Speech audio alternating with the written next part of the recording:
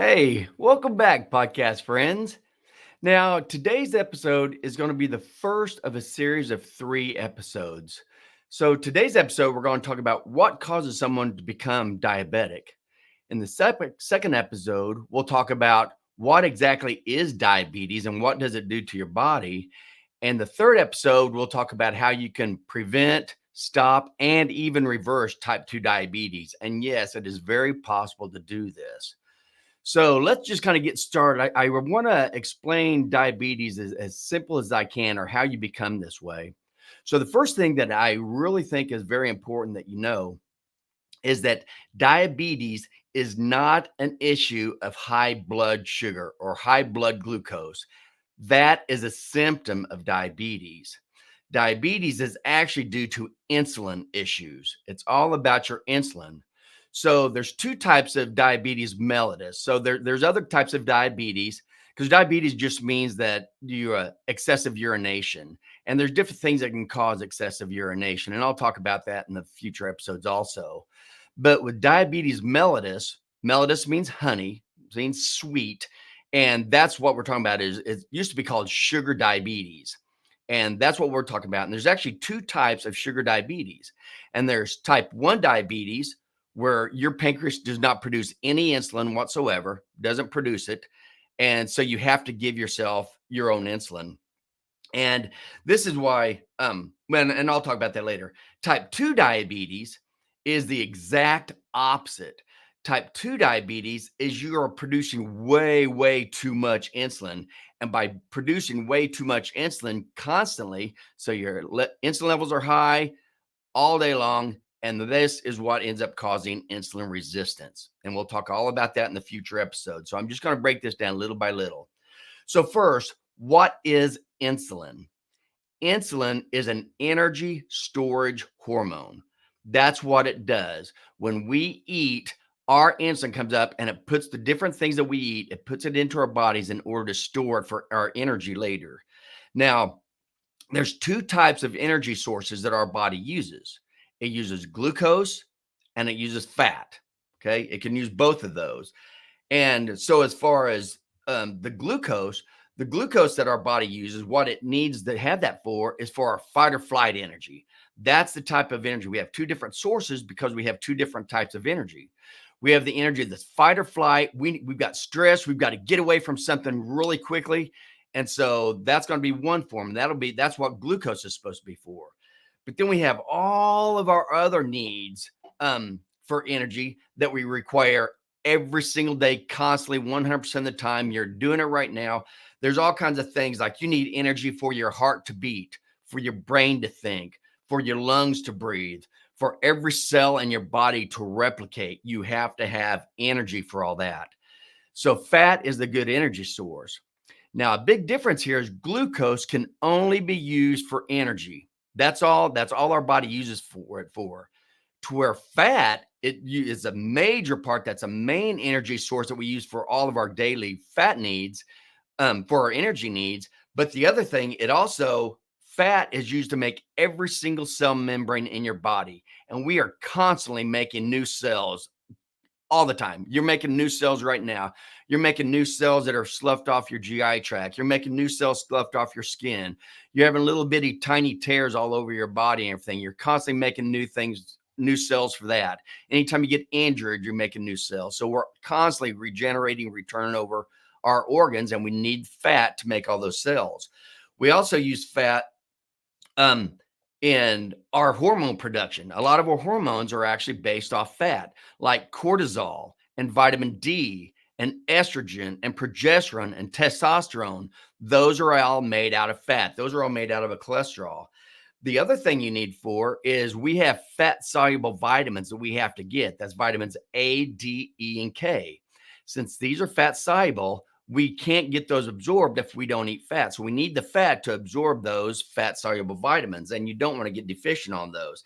And right now, a lot of people are deficient, especially in vitamin D. The other thing fat does is temperature regulation. You put fat cells all over your body, and that regulates your temperature. And it actually can make you very hot. Like you would think, if you're ever in a room, people who have more fat on their bodies tend to be a lot higher and want to turn the thermostat down where it's cold. To where people who don't have very much fat on their body, they tend to be a little bit colder and they want to turn the temperature up where it's hot. So temperature regulation, very important. The other thing fat does, it cushions all your organs. It cushions your organs. It cushions your body. It cushions your bone and all your joints. So fat is extremely important in your body. That's why all this talk about fat being bad for you is absolutely ludicrous. Fat is very, very, very good for you. And as you'll see, we'll leave out all the other things. We're only going to talk about it as an energy source, but you're going to see that it is extremely efficient as an energy source also. So just like we have two different forms of energy, so there's glucose and there's fat, because we have two different energy needs. We have fight or flight, and then we have all our constant continuous energy needs. Because of this, we have to store this energy in our body, okay? Because you don't want to be out somewhere where you can't eat and you don't have any energy stores on your body. We would die. So just like we said, glucose, just a little bit of needs, mainly for our fight or flight. And then once the stress is over, then our glucose levels come down when we start using our fat. So for that reason, we just have tiny bits of glucose stores. 10% of our liver and 1% of every single one of our skeletal muscles has glucose stores called glycogen. And we'll talk about that. But for all of our other needs, all of our other energy needs that we have all day long, we need a lot of energy stores, and we do. And that's where we're supposed to use our fat. That's why we have subcutaneous fat cells all over our body. That is supposed to be there. That's what that's there for. We have all these fat stores in our body because that's what we're supposed to use for all our normal energy. We have little bitty tiny glucose stores in our body because that's only for fight or flight energy. So what we do this, our energy requirements, the other thing that proves this is with glucose. Glucose is, like we said, that's used for your immediate needs. It's only in 10% of our liver, 1% of our skeletal muscles. And this glucose can be switched over into energy very, very quickly. And that's exactly what you want. You want an energy source that you can switch into energy very quickly. Use that for your fight or flight if you want to get away from something or if you need to fight something. And the other thing is it's not really efficient. There's only in 1 gram of glucose, you only get about 4 kilocalories of energy. Okay. So glucose, you have small energy storages. It converts into energy really, really quickly. And it only has about 4 grams of or 4 calories per gram. Now let's switch over to fat. Fat, what that does is fat is what you need for all your other energy. And for this, we need the subcutaneous fat cells all over our body. It does take a while for fat to start getting turned into energy. So this is something that you want to keep going all the time. You want to continuously keep your fat burning going all the time. That way, when you need it, your system is already running. And the other thing we already know, because fat's all over our body, so we know that's what we're supposed to use for our energy source all the time. Fat also has 9 calories of energy per gram. So glucose only has 4 and fat has 9. That's another thing to prove that fat is supposed to be the main energy source that we use all the time. So what happens is we need fight or flight energy. We need glucose. We need to break that down really quick so we can get out of whatever stress way. The way this happens is our body, when you get stressed, there's a stress hormone called cortisol. Cortisol comes from the outer rim, the cortex of our adrenal glands. The adrenal glands, it's called adrenal because it's a little gland on top of your kidney. When you get stressed, your body releases cortisol.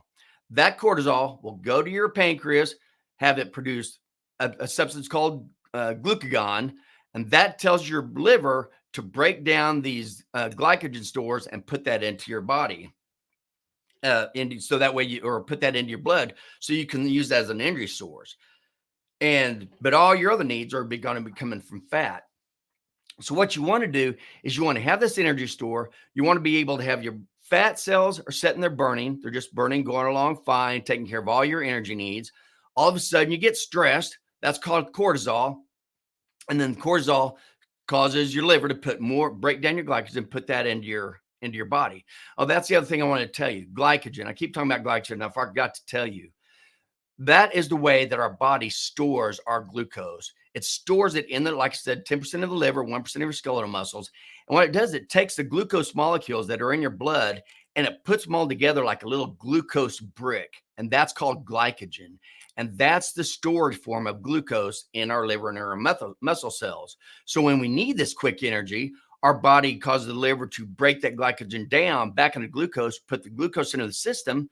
When glucose goes into the system, that causes our insulin levels to rise. When our insulin levels rise, we use all that glucose for quick energy. Once that stress is gone, your glucose levels come back down. When your glucose levels come down, now your insulin levels come back down. And when your insulin levels come back down, that causes you to start burning your fat again, because that's how it works. Because I've told you this before, and I'll keep saying it. When your insulin levels are high, it forces you to store fat. When insulin levels are low, it forces you to burn fat. So you cannot store fat and burn fat at the same time. And that's all dependent on what your insulin levels are doing. And that's what you want to do, because your body, it releases the insulin in conjunction to whatever the stress is. So if you get stress, glucose goes in the blood, insulin levels go up, you take care of the stress. But normally you're just doing the fat. So since glucose is what causes your insulin levels go up, when your glucose levels are down because the stress situation's down and you're not eating, you've gone a long time, like overnight or whenever, without eating, when your glucose levels are down, your insulin levels come down and you start using your fat, burning your fat for an energy source. So since insulin is what determines whether you burn glucose or whether you burn fat, what determines your insulin levels? The amount of glucose in your blood. So anytime you put glucose in the blood, your body releases insulin. But again, this is only supposed to be for your fight or flight. So your glucose goes up, your insulin goes up, you take care of the stress, insulin levels come back down, and then your glucose comes down, then your insulin levels come down. And now, since your insulin levels are low, you can start burning your fat again. So how does your body do this? What does it do? When your body needs energy, what it does, it does a quick assessment of the energy that's already in your blood. That's going to be the quickest energy. So if you have glucose and you have fat in your blood, it's going to use that first. And between the two, since it can burn glucose quicker, and it also your body doesn't want a high glucose level, it's going to burn glucose before it burns fat. So first it burns glucose in your blood, then it burns fat in the blood, then it burns glucose in your storage cells, your glycogen. It burns that glucose, and then it goes to your stored fat.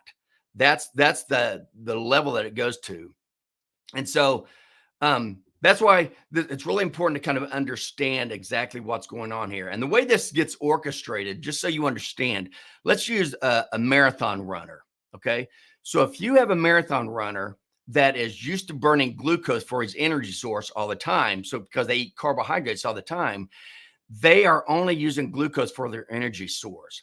So that's why a lot of these marathon runners, they need to called carb load. You sit there and you eat a whole bunch of carbohydrates the night before you go. So you have all this glucose in your body. Then you start running. And all of a sudden you're using up all this glucose out of your blood. Well, once the glucose in your blood starts going down, now all of a sudden your insulin levels are going to start going down. And now that's going to allow you to start burning the fat that's already in your blood. It's already circulating in your blood. It'll let you do that.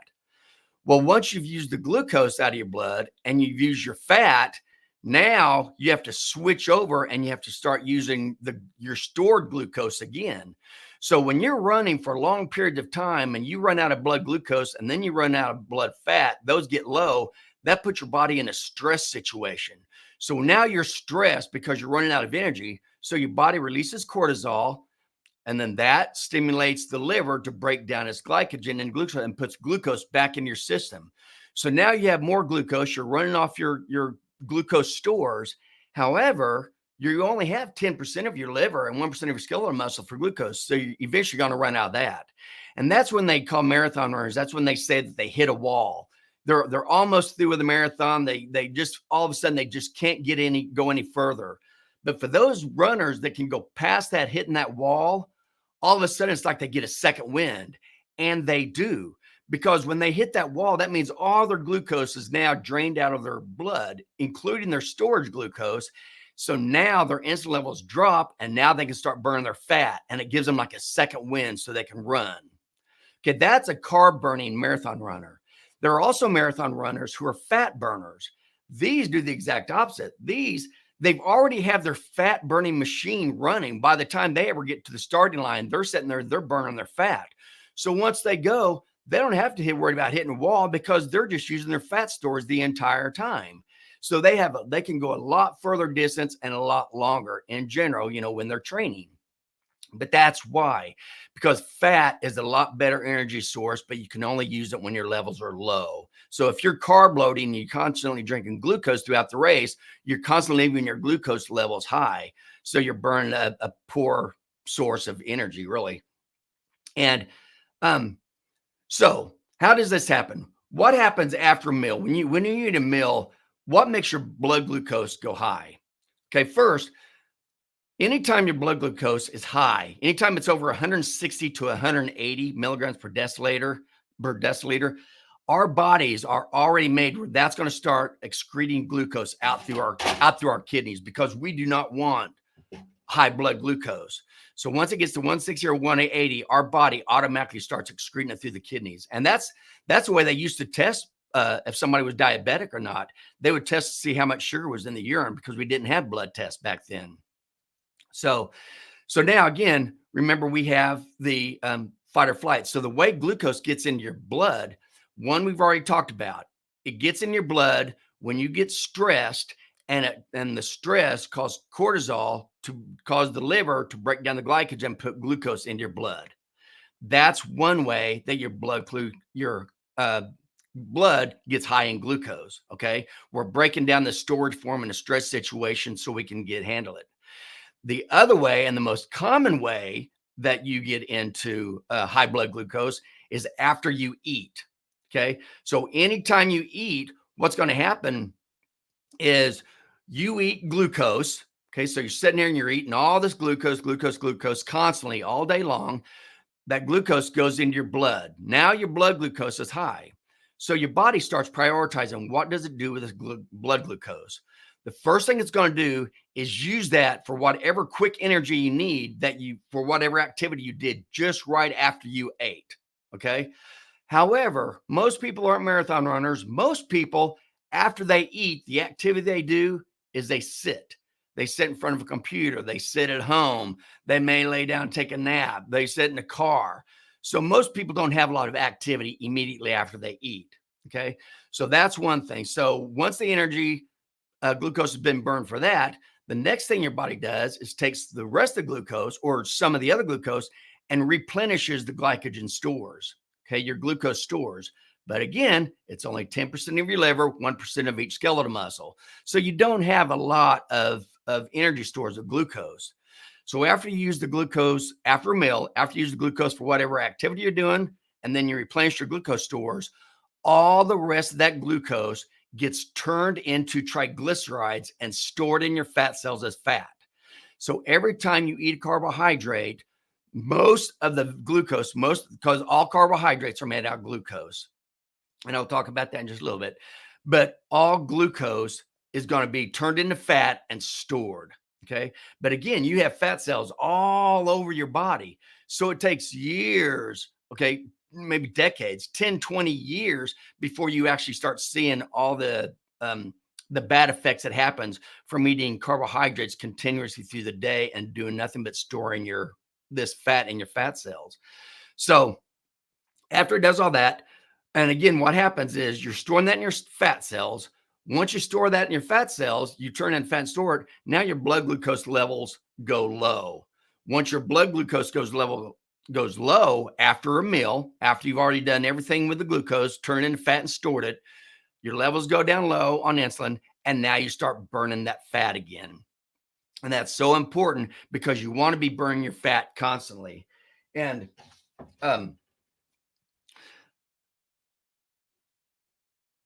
The key to any nutrition when you eat, that's what you need to be looking for. Is this going to make my blood insulin go high, or is this going to keep my blood insulin low? So, what foods do you and I did a whole thing on this. My podcast number 34 is what determines whether we store fat or whether we burn it for energy. And so um the types of foods that you eat that are going to put glucose into your body. Okay. First, remember there's three macronutrients. There's fat, which gets turned into fatty acids, and there's protein, which gets turned into amino acids, and there's carbohydrates that get turned into glucose. So as far as the fat getting turned into fatty acids, when you eat fat, that has zero effect on insulin, none whatsoever. Your insulin levels will not budge. When you eat protein, your insulin levels are going to go up just a tiny bit, not very much. But remember, each of your skeletal muscles has 1% as glycogen. So you already have a little bit of glucose in there. So when you eat, your insulin levels may go up a little bit, but not very much. However, when you eat carbohydrates, glucose makes your insulin levels go way up. Now, there's two different kinds of carbohydrates. There's the natural God-made carbohydrates, which is fruits and vegetables. And just so you know, a carbohydrate, all that means is a plant-based food. Anything that's a plant-based food will automatically get turned into glucose. So when you eat natural plants like vegetables and fruits, one, yes, the carbohydrates that are in that can make your insulin levels go up. It goes up a little bit. However, when you eat a fruit or when you eat a vegetable, it's kind of like prepackaged. You're not going to sit down and eat just a ton of those. So it already makes you eat less. And then a lot of those also have fiber in it. And the fiber makes it where the glucose doesn't get into the bloodstream very quickly. So again, that can keep your insulin levels low when you're doing that. However, when you look at man-made carbohydrates, which is everything that you get in a box, bottle, bag, and can, the stuff that's in the middle aisle of the grocery stores, that man-made, you can tell it's got a huge ingredient list. These things are horrible for your insulin levels because all it is ultra-processed carbohydrates that get broken down. It gets rid of everything except it keeps all the glucose, gets rid of the fiber, gets rid of all that. And then they put all the horrible vegetable and seed oils in there that's extremely toxic to your body. And then besides just making these carbohydrates get ground down to nothing but glucose, they put an additional sugar, high fructose corn syrup in on top of it.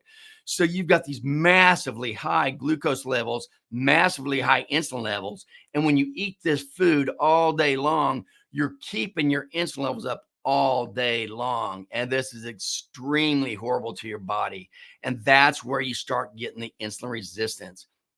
Because what happens is when you eat this man-made food, one, because you're eating it all day long, that means you're constantly putting glucose in your blood all day long. That means that you're constantly keeping your insulin levels high all day long.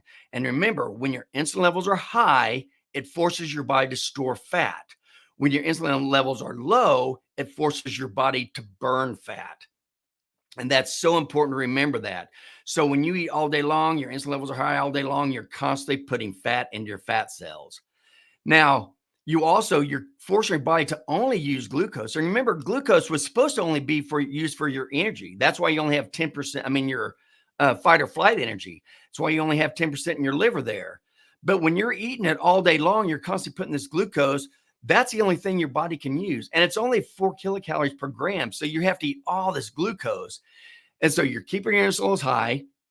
And then if your glucose levels start to drop, you haven't been using your fat burning machine. That hasn't been turned on because you're always you're always putting insulin into your bloodstream. So that machine never got turned on. So when you start getting lightheaded, dizzy headed, the first thing you do is you reach for another energy source. And chances are that's going to be another carbohydrate rich, glucose rich, insulin rich food that you're going to be grabbing. That's going to be your chips, your crackers, your cookies, your oatmeal, your fruit juice, your soda pop, whatever. All this crud that we eat all the time is just keeping our insulins high the whole time. And it's making us hungry because there's no nutrients in that. When you eat, our body doesn't know what you're eating. All it knows is what your intestines break that down into the basic building blocks. So all your body sees is amino acids, glucose, and fatty acids. And so it starts doing with it whatever it can from what you eat. But when you don't have any nutrients in this food, like this man-made food that's nothing but sugar and glucose and ultra-processed carbs, when you eat nothing but that, you never give your body the nutrients it needs. So your body is constantly hungry. It's constantly saying, no, you didn't give me the nutrients I need. I need more. And so you keep eating the same horrible stuff. And this is what happens because as you're doing this, you're continuously building up your fat stores. These fat stores, after about 20, 30 years, you have filled up all your fat stores. There's nothing else you can do. There's nowhere else to put it. So your body is forced to store this fat around your internal organs. And that's when you really start having troubles. So that's when you start getting the fatty liver disease because it's the insulin causes your liver to turn glucose into fat. So that since that's where that's started, then the liver is the first place that you start storing that fat. Then you start storing in the pancreas. Once you start doing this, you're damaging these organs. And so now the pancreas can't produce enough insulin. So now you're constantly putting glucose in your body because of what you eat, all these carbohydrates. Now you're keeping your insulin levels high until all of a sudden now your pancreas can't even produce any more insulin or very little. And so all of a sudden now you become insulin resistant, your carbs are high, you're storing this fat everywhere, and you're starting to get liver damage all over because now with your insulin levels high, that's all you can do is store this fat in your organs. And that's when you end up with organ death. And that's when your body actually dies. And we'll talk about all that bad things, all the adverse effects of diabetes. So this podcast was just to let you know that's how diabetes starts. When you have changed your body from being a fat burner to a carbohydrate burner to a glucose burner, and that's your main energy source, you are on your way to diabetes and you're on your way to organ failure and you're on your way to death. So the key to this, spoiler alert, is if you have trouble handling blood glucose, handling the glucose in your blood, quit eating glucose. It really is that simple. It may not be easy because of your addiction, but it truly is that simple. If your body cannot handle the glucose load, quit eating it. And that's exact opposite of what the dietitians and endocrinologists and everybody's telling you. They're telling you it's fine. You don't have to change your meal. Eat whatever carbohydrates you want, but just make sure you give yourself enough insulin. Or they're going to give you medication that will cause your pancreas to produce more insulin. So the only way the medical field has of bringing your blood glucose down is by causing your insulin levels to go higher. And that is the trouble in the first place, is insulin resistance. So even though you watch your glucose go down and you think you're doing a great job, what you're actually doing is making diabetes worse because you're keeping your insulin levels elevated. And that is exact opposite of what you want to do. So if you curb what you eat, you'll keep your insulin levels low and you'll start burning the fat out of your fat cells instead of storing it. So that means decrease your carbohydrates. When you do eat carbohydrates, only eat fruits and vegetables and only use them about like a condiment. Your main meal should be meat and fat with just a little bit of fruit or vegetables that you have to make your meal, fun. And that's all. Stay away from all the other meals. And when you eat your natural God-made carbohydrates along with your protein and fat, that also will keep your blood glucose levels low, which will keep your insulin levels low, which is exactly what you want to do. You want to keep your insulin levels low so you can actually burn your fat for your energy source all through the day. That's how we're made. That's why we have all these fat stores. But the only way you can do it is quit eating carbohydrates so you leave your glucose levels low in your blood. Keep that fat burning system going. And then if you need stress, now you can hurry up. You can get your glucose, take care of the stress, and then have your glucose levels drop, insulin levels drop, and now you can go back to burn the fat out of your fat cells again. And that is how the weight's going to come off. And that's how you're going to reverse type 2 diabetes, is watching what you eat. So that's all I have for today. That is how diabetes starts, is by eating. And what's so sad is now we're starting our children as infants into this horrible process of putting glucose in their body and keeping their insulin levels high, because a lot of even our infant formulas have like 50% high fructose corn syrup. So we start giving our kids all this all this glucose, keeping their insulin levels low from childhood. And that's why we used to not see type 2 diabetes until patients were older. And now we're seeing it in patients who are in their teens and their 20s because we start them so early on these high carbohydrate meals. So if you want to save your life, you want to save your children's life, you want to save your friend's life, be careful of what you eat. Every time you eat, say, is this have a carbohydrate? Is this going to make my insulin levels go up? And if it is, you might want to not eat it. So that's all I've got for now. And like I said, in my next one, I'll talk about exactly what is diabetes and what it does to your body. So for right now, thank you so much again for listening. Have a fantastic week. And remember, make simple, healthy choices to live a quality life.